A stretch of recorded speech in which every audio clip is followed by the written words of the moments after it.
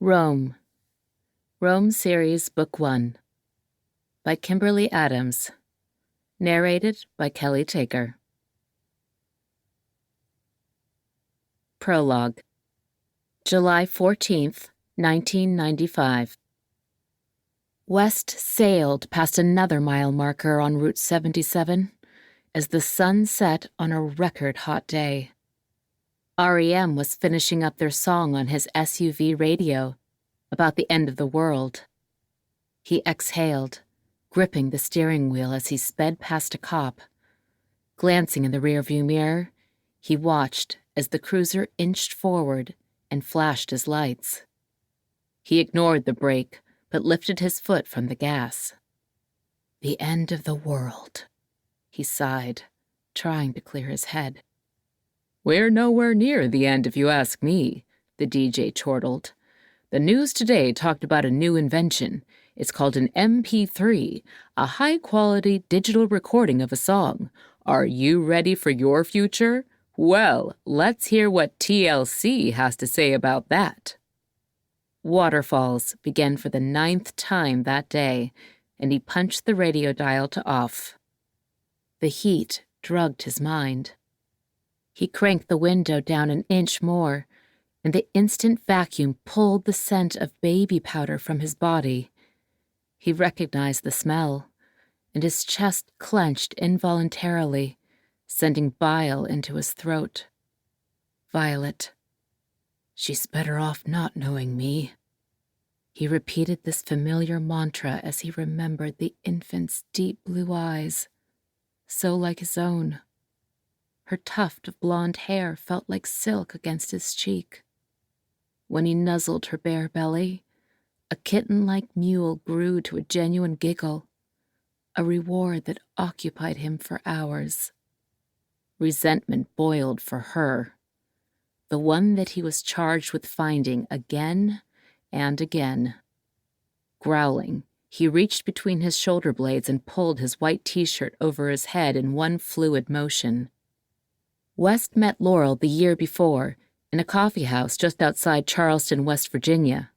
Her blonde spiral curls poured over her shoulders and met the center of her back, and he was caught gazing at them as she served coffee to another patron. "Do you like my curls?" she had teased, winking at him. West was startled. He'd never been called out while staring at a woman. Not in over 600 years. "I do," he confirmed. Recovering, he employed his ageless charm.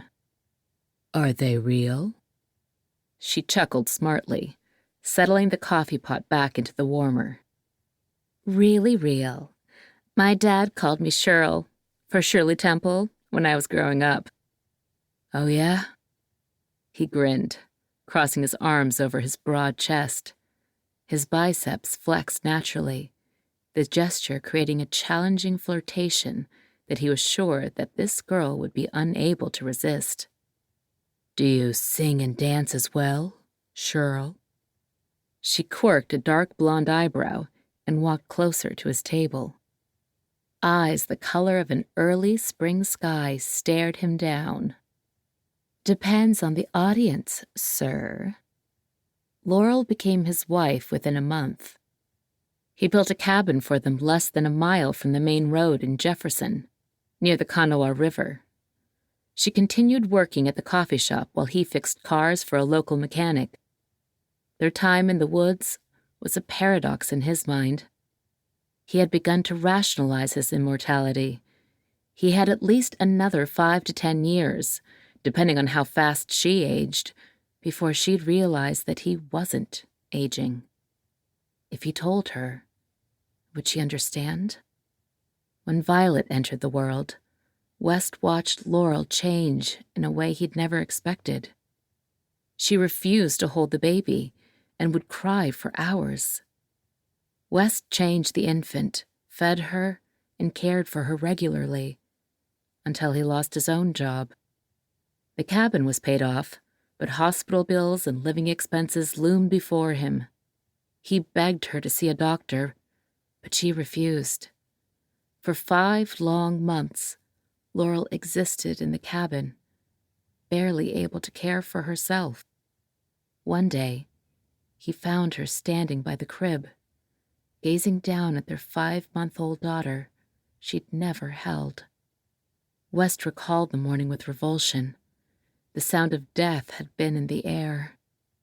He'd learned the sound long, long ago. Death began with a whisper, rising to a drumming of blood rushing through ear canals. He gathered Violet into his arms and shouted at Laurel to call for an ambulance. As she did, he carefully tilted the infant's head back and performed CPR. When the ambulance arrived, Violet was breathing again. Wrenching back to the present, he realized what was happening as the itch and tingle began in his left forearm, just below his wrist. Soon, the fiery pressure spanned about 10 seconds, just long enough to register the pain. Every vein in his arm screamed with fire. Involuntarily, the gas pedal hit the floor, and he swerved off the gravel road just in time, vision blurred and panting. The numbers are coming. When he regained consciousness, only seconds had passed, but his '89 Blazer had already started drifting further into the woods to the right of the highway. He slammed the gear shift into park. Once the throbbing began to subside, he glanced down. Black numbers stamped his skin in a precise line, starting at his wrist, never quite reaching his inner elbow.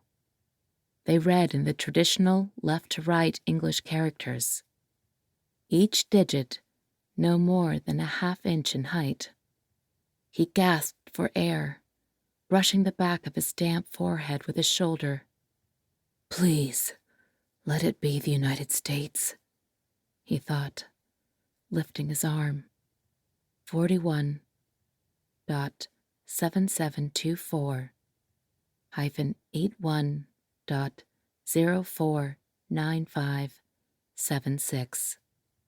He knew immediately that it was North America. He kissed his arm piously, welcoming the sting from his lips. She was born. Chapter 1, August 27th, 2012. AP World History?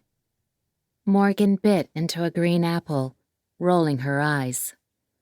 Seriously? I flicked away a stray chunk of fruit that fell out of my older sister's mouth. The apple left a wet shadow on my freshly printed senior schedule. You're so classy. Rome, Camden. You already know you're going to be valedictorian. Why not just ease up a little? It's senior year. You'll be holed up in the dorm next year like I am, studying your ass off. Take it easy, Socrates. I scowled at her godforsaken nickname for me and gathered my new binder to my chest. You're right. I should just quit school and search for everything on Wikipedia. She laughed, pointing my way. You just sniffed that binder.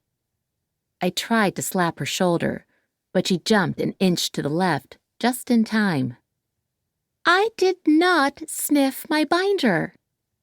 Oh, the smell of fresh plastic the day before school starts, she teased, while tossing the remainder of the apple into the open trash can.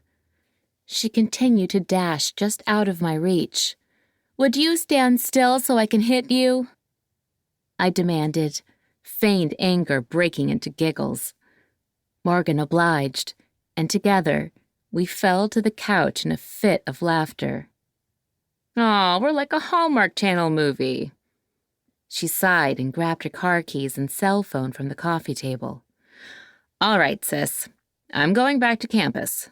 Tell Logan I said happy birthday. Good luck tomorrow, and remember to bring your laser level for organizing your locker. Shut up, I responded with a sweet smile. She kissed my cheek before heading for the back door.